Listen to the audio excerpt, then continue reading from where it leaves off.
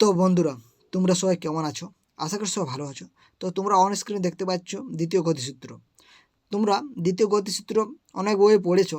তো বন্ধুরা, আজকে আমরা এই এনসিইআরটির বই থেকে পড়বো এবং কেমনভাবে দেওয়া আছে তোমরা বলবে খুবই ভালোভাবে দেওয়া আছে এবং গল্পর মতন করে দেওয়া আছে। তো চলো আমরা ভিডিওটা শুরু করছি। এবং এনসিইআরটির বই কতখানি গুরুত্বপূর্ণ রেলের এক্সামের জন্য আর আমি বলছি না, তোমরা সেটা সকলেই জানো।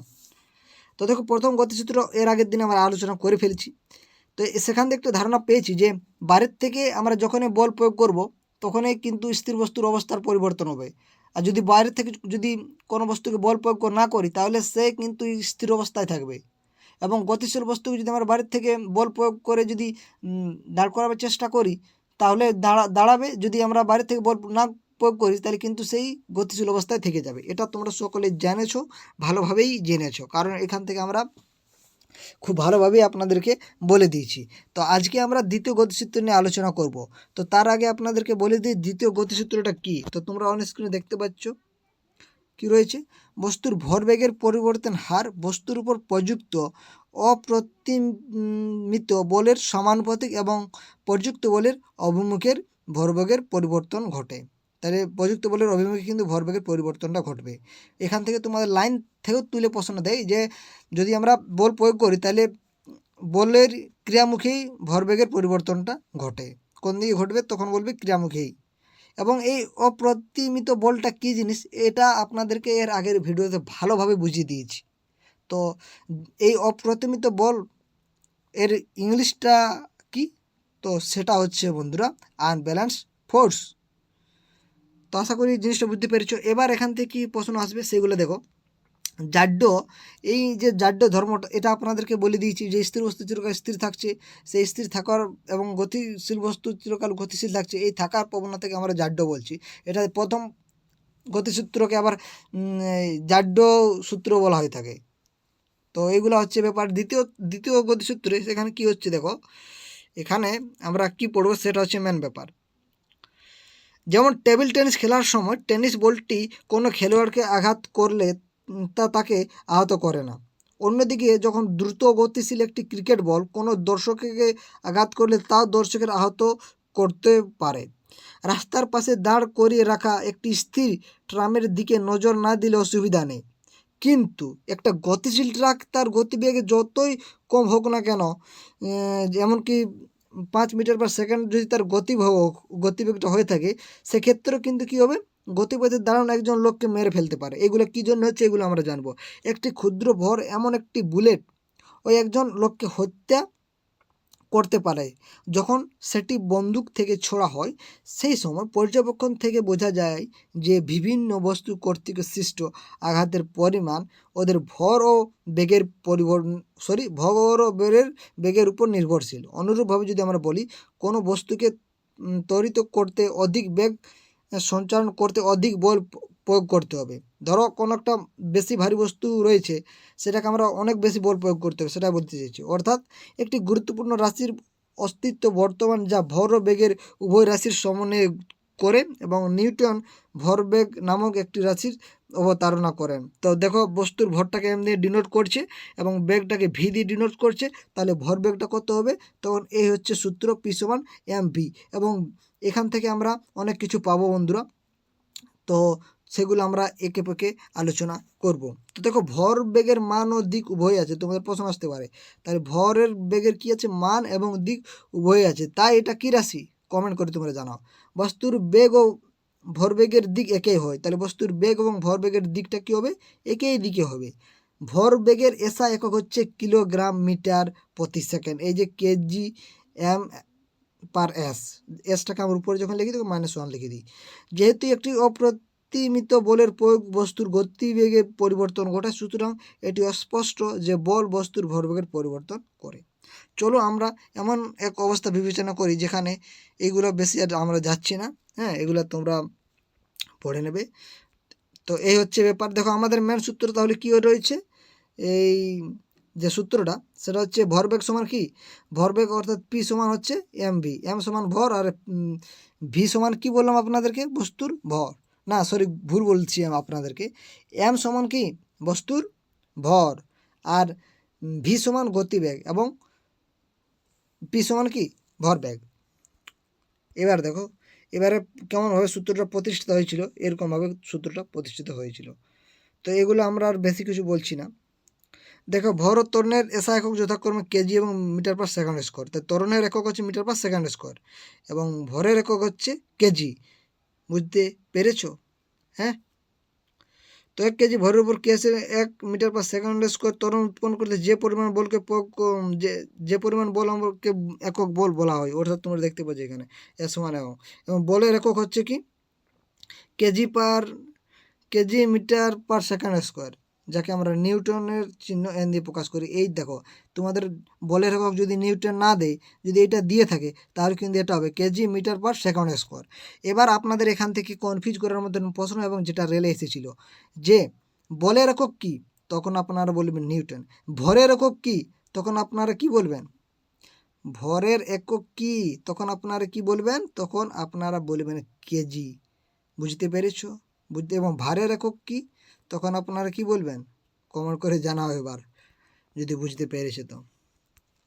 এবার দেখো এবার আমরা মেন যে টপিক সেটাতে যাব, অর্থাৎ ম্যাথগুলো আপনাদেরকে দেখিয়ে দেবো যেটা ইম্পর্টেন্ট। তোমরা উদাহরণ দেখতে পাচ্ছ, এগুলো আমরা বেশি পড়ছি না, তোমাদেরকে যা হোক একটা উদাহরণ আমরা দিতেই পারি। তোমরা ক্রিকেট তো খেলো সবাই, দেখতে পাচ্ছ একটা বল আসছে, সে ক্যাচ নিচ্ছে, ক্যাচ নেওয়ার পর দেখছো হাতটা সে কী করছে, এদিকে নিয়ে আসছে। কেন নিয়ে আসছে? যাতে তার এই হাতে আঘাত যাতে না লাগে, তার জন্য কিন্তু এরকম করে। কেন করে? কারণ এই যে গতিবেগে আসছে, তার গতিবেগটা কী করতে আস্তে আস্তে শূন্য করে, এই জন্য হয়ে থাকে, তার মানে এই হাতে আঘাত লাগে না। বুঝতে পারছো? তোমরা দেখতে পাচ্ছ এখানে দ্রুত গতি বলটাকে শূন্য বেগে বেগটা কী করছে, মানে জিরো করার চেষ্টা করছে, নামিয়ে আনার সময় বাড়িয়ে নেই। বুঝতে পারছো? এবার ক্রিকেটের ত্বরণ হ্রাস পায়, এইভাবে ত্বরণটা হ্রাস পাচ্ছে, এর ফলে বলের আঘাতও হ্রাস পাবে। ত্বরণটা কমিয়ে দিয়েছে তো, তাহলে হ্রাস পাচ্ছে। এবার দেখো আমরা এফ সমান এম এ, এমটা কি হচ্ছে, এমটা কি, তো এমটা হচ্ছে ভর, আর এটা কি ত্বরণ, তাহলে এফ সমান এম এ। আর এ সমান আমরা ত্বরণ সমান জানি V minus you by T, এটাকে আমরা ত্বরণ জানি। এখান থেকে আমরা এফ টি সমান পেয়েছি M V minus M U. তো এইবার আমরা এখান থেকে প্রশ্ন করব। দেখো একটা স্থির মানের বল 5 কেজি ভরের একটি বস্তুর উপরে 2 সেকেন্ড সময় ধরে ক্রিয়া করলো, এতে বস্তুটির বেগ 3 মিটার পার সেকেন্ড থেকে 7 মিটার পার সেকেন্ড হলো। প্রযুক্ত বলের মান বের করো। এখন বলটি যদি 5 সেকেন্ড সময় ধরে প্রযুক্ত হয় তবে বস্তুটির চূড়ান্ত বেগ কত? চূড়ান্ত বেগ মানে কি, ভি বের করতে বলছে।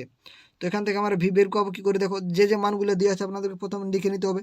এখানে ইউ ভি দেওয়া রয়েছে, টি দেওয়া রয়েছে, এম দেওয়া রয়েছে, তাহলে এখানে এই মানটা বসাবো। এফ সমান আমরা পেয়ে গেলাম 10 নিউটন। এবার আমরা বলটি টি অর্থাৎ 5 সেকেন্ড সময় ধরে প্রযুক্ত হলে কী হবে, এখানে আমরা ভি এর মানটা বস করিয়ে দেবো, এখানে এইগুলো মানগুলো আমরা বস করিয়ে দেবো, তখন আমরা পেয়ে যাব যে মানটা, সেটা হচ্ছে অন্তিম বেগ।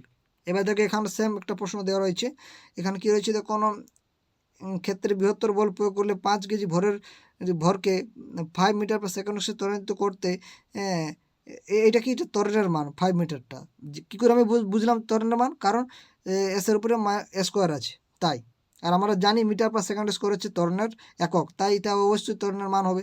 তো এখানে আপনারা বসিয়ে দিয়েছে, দেখতে পাচ্ছি ক্যালকুলেশনটা, আমরা ক্যালকুলেশনটা করছি না, তোমরা দেখতে পাচ্ছি এগুলো সবই সমস্ত অঙ্ক এই সূত্রগুলো দেওয়া হয়ে যাবে।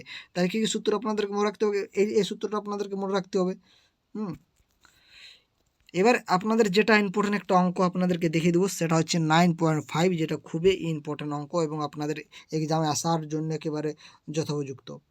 কেন যথোপযুক্ত বলছি, তোমরা দেখো একটি টেবিলের উপর দিয়ে সৌররেখা গতিশীল 20 গ্রাম ভরের একটি বলের গতিবেগ সময় লেখচিত্র তোমরা দেখতে পাচ্ছ এরকম দেওয়া আছে।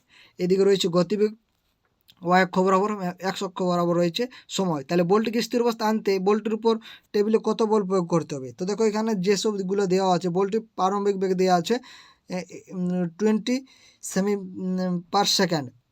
এই বলটির উপরে টেবিলের প্রযুক্ত ঘর্ষণের বলের যে গতিবেগ সেটা হচ্ছে 10 সেকেন্ড হচ্ছে, তোমরা দেখতে পাচ্ছ, অর্থাৎ টি এর মান এবং ইউর মান দেওয়া আছে। এবার ভি এর মানটা কত হবে? দেখো এখানে ভি এর মান কিছু দেওয়া নেই, তার মানে ভি সমান কী হবে, 0 হবে।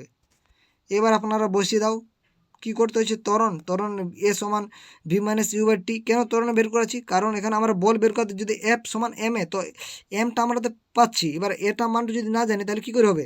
দেখো এখানে এম সমান হচ্ছে 20, এখানে আমরা বসিয়ে দিয়েছি গ্রাম কেজিতে আছে, তো এখানে আমরা কেজিতে করে নিচ্ছি, এখানে গ্রাম ছিল কেজিতে করে নিচ্ছি। এবার এফ সমান এম এর সূত্রটা বসিয়ে দিচ্ছি, এখানে পেয়ে যাবে।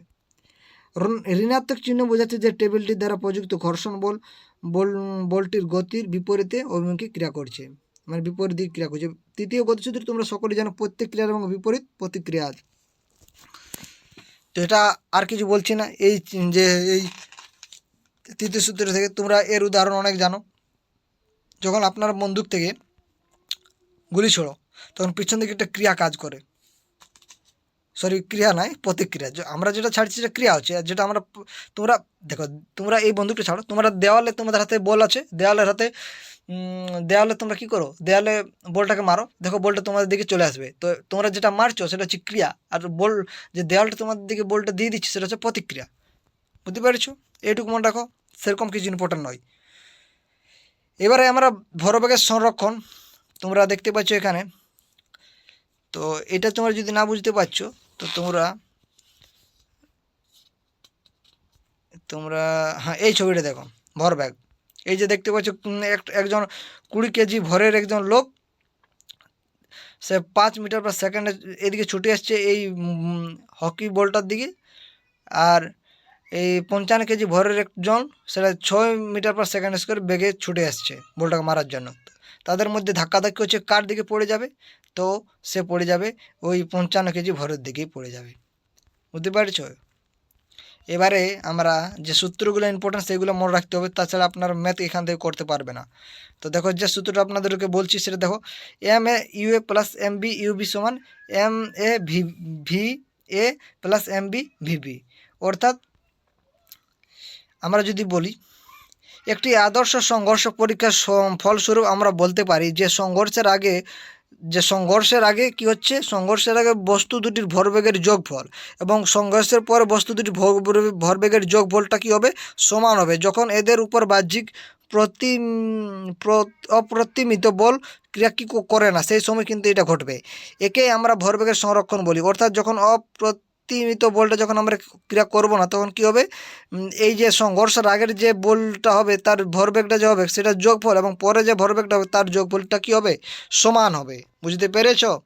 আশা করি আপনার জিনিসটা বুঝতে পেরে গেছো। তো এবার দেখো এই রিলেটেড কিছু অঙ্ক আছে তোমাদের, দেখতে পাচ্ছ 9.6 এর 2 কেজি ভরের একটি পিতল থেকে 20 গ্রাম ভরের একটি গুলি অনুভূমিকভাবে 150 মিটার পার সেকেন্ড বেগে বেরিয়ে গেল, পিতলটি প্রতিক্ষেপ বেগটা কত হবে? এখানে দেখো কী কী দেওয়া আছে, এম সমান দেওয়া আছে 20, পিতলের ভর দেওয়া আছে 2 কেজি, এবং গুলির প্রাথমিক বেগ এবং পিতলের প্রাথমিক বেগটা কী আছে, 0 দেওয়া আছে। এবার অন্তিম বেগটা কী দেওয়া আছে, 150 দেওয়া আছে। তাহলে এরপর আমরা কি করা হচ্ছে দেখো, তাহলে তার প্রতিক্ষেপ বেগ ধরে নিয়েছি আমরা ভি, তাহলে এখানে মোট ভরবেগ কী হবে, এম এ হবে। তো এখানে দেখতে পাচ্ছ আপনারা এখানে যোগ করা হয়েছে এবং এটাকে 0 দিয়ে গুণ করা হচ্ছে, অর্থাৎ গুলির মোট ভরবেগটা হচ্ছে কত, 0। এবং এখানে গুলি ছোড়ার পর পিতলের মোট ভরবেগটা হচ্ছে কত, এটা, এবং এটা সমান, দেখো দুটো সমান হয়, সমান করে আমরা ভির মান পাচ্ছি। তো এইভাবে কিন্তু আপনারা পেয়ে যাবেন। দেখতে পাচ্ছি আরেকটা অঙ্ক, ভি এর মান এরকমভাবে কিন্তু আপনারা করবে। হ্যাঁ, তো অনেক কিছু আপনাদেরকে বলে দিচ্ছি, অবশ্যই দেখো এত কষ্ট করছি তার জন্য একটা লাইক তো করবে। দেখো 9.8 একটা উদাহরণ, সেমভাবে এরকম করা হয়েছে। বিপক্ষ দলের 2 হকি খেলোয়াড় মাটিতে ধাক্কা একটি হকি বলকে মারতে গিয়ে পরস্পর আটকে যায়। এতে তাদের একজনের ভর হচ্ছে, এই তো ছবিটা তোমরা দেখতে পাচ্ছ। তাহলে এখানে বলতে চাইছে ধরে না খেলোয়াড় দুজনের পা ও মাটির মধ্যে ঘর্ষণ বলটা কী আছে, নগণ্য আছে। তাহলে আটকে যাওয়ার পর তারা কোন দিকে এবং কত বেগে নিচে যাবে। তো দেখো এখানে খেলোয়াড়ের মোট ভরটা কত হচ্ছে, দেখো M1 plus M2 into V, এটা আমরা পেয়ে গেলাম মোট ভরবেগ, খেলোয়াড়ের মোট ভরবেগ। এবং ভরবেগ সংরক্ষণের সূত্র অনুসারে কী হয়, সংঘর্ষের আগে ও সংঘর্ষের পরে সংস্থান ভরবেগটা কী হয়, সমান হয়। তাহলে ভি সমান আমরা এটা বলতে পারি। হ্যাঁ, এরপরে এরকম থেকে আমরা এখানে মাইনাস 0.26 মিটার পার সেকেন্ড হয়েছে। তাহলে এই কী হচ্ছে, সংঘর্ষের আগে দ্বিতীয় খেলোয়াড় যেদিকে গতিশীল ছিল, খেলোয়াড়দের আটকানোর অবস্থায় একই দিকে অর্থাৎ ডান দিকে থেকে বাম দিকে এত বেগে গতিশীল হবে। তো এই হচ্ছে ব্যাপার। এবার দেখো সংরক্ষণ সূত্রাবলী। তো সমস্ত সংরক্ষণ সূত্রাবলী যেমন ভরবেগ, কৌণিক বেগ, হ্যাঁ, কৌণিক ভরবেগ, আধান ইত্যাদি সংরক্ষণ সূত্রাবলী পদার্থবিদের মৌলিক সূত্রসমূহরূপে বিবেচিত হয়। এগুলি পর্যবেক্ষণ এবং পরীক্ষা নিরীক্ষা নির্ভর। এটি গুরুত্ব সহকারে মনে রাখতে হবে যে সংরক্ষণ সূত্র প্রমাণ করা যায় না, সংরক্ষণ সূত্রকে কিন্তু প্রমাণ করতে পারবে না, ধ্বংস করতে পারবে না। পরীক্ষা নিরীক্ষার মধ্যে এই সত্য শুধুমাত্র যাচাই করা বা নাকচ করা যায়। একটি পরীক্ষার ফল সূত্রটি সত্যতা যাচাই বা বাস্তবিত করতে পারে, কিন্তু এতে সূত্রটিটা কিন্তু প্রমাণিত হয় না। অন্যদিকে একটি পরীক্ষার ফলাফল সূত্রের বিরুদ্ধে যাওয়া সূত্রটি অসত্য বলার ক্ষেত্রে যথেষ্ট।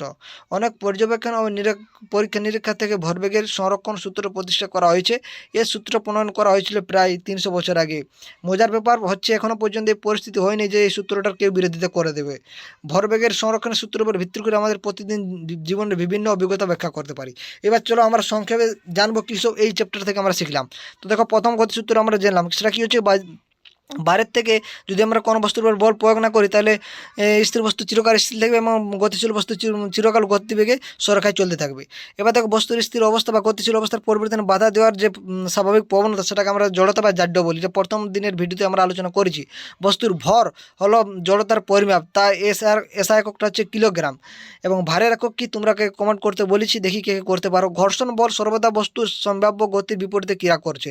তো এটাও আপনাদেরকে প্রথম চ্যাপ্টারে বা প্রথম যে টপিকটাতে আলোচনা করেছি, যখন আমার প্রথম গতিসূত্র নিয়ে আলোচনা করতেছিলাম তখন। দ্বিতীয় গতিসূত্রটা কি বলছে, কোন বস্তুর ভরবেগের পরিবর্তন হার প্রযুক্ত অপ্রতিমিত বলের সমানুপাতিক এবং বল যেদিকে ক্রিয়া করে ভরবেগের পরিবর্তনে সেদিকে ঘটে। তোমরা দেখতে পাচ্ছ এসআই পদ্ধতিতে এই কেজি বলের এককটা হচ্ছে কি kg metre per second square. একে আবার নিউটনও বলা হয়ে থাকে। তার প্রতীক চিহ্ন হচ্ছে এন, কার, নিউটনের। 1 নিউটন বল 1 কেজি ভরের বস্তুতে 1 মিটার পার সেকেন্ড স্কোয়ার ত্বরণ সৃষ্টি করে। বস্তুর ভর ও বেগের গুণফলকে ভরবেগ বলে। বলের অভিমুখে ভরবেগের অভিমুখ নির্দেশ করে। ভরবেগের এসআই একক হচ্ছে কেজি মিটার পার সেকেন্ড এবং বলের হচ্ছে kg metre per second square এবং ভরবেগের সেটা হচ্ছে কেজি মিটার পার সেকেন্ড। অর্থাৎ বলের যখন এককটা বলবে এসআই তখন স্কোয়ার থাকবে, সেকেন্ড স্কোয়ার, কিন্তু যখন ভরবেগ বলবো তখন আমরা সেকেন্ড স্কোয়ার দেবো না, কেবলমাত্র সেকেন্ড। তৃতীয় গতিসূত্রটা কী পাই, প্রত্যেক সমান ও বিপরীতমুখী প্রতিক্রিয়া আছে, তারা দুটি ভিন্ন বস্তুর উপর ক্রিয়া করে। বদ্ধ সংস্থায় যেখানে কোনো বাহ্যিক বল থাকে না, মোট ভরবেগ সংরক্ষিত থাকে। এই হচ্ছে আজকের চ্যাপ্টার থেকে আমরা যেটা পড়লাম বা যেটা জানলাম। তো তোমাদের ভিডিওটা কেমন লাগলো অবশ্যই কমেন্ট করে জানাও। তো বন্ধুরা, ভিডিওটা শেষ পর্যন্ত দেখার জন্য অসংখ্য ধন্যবাদ।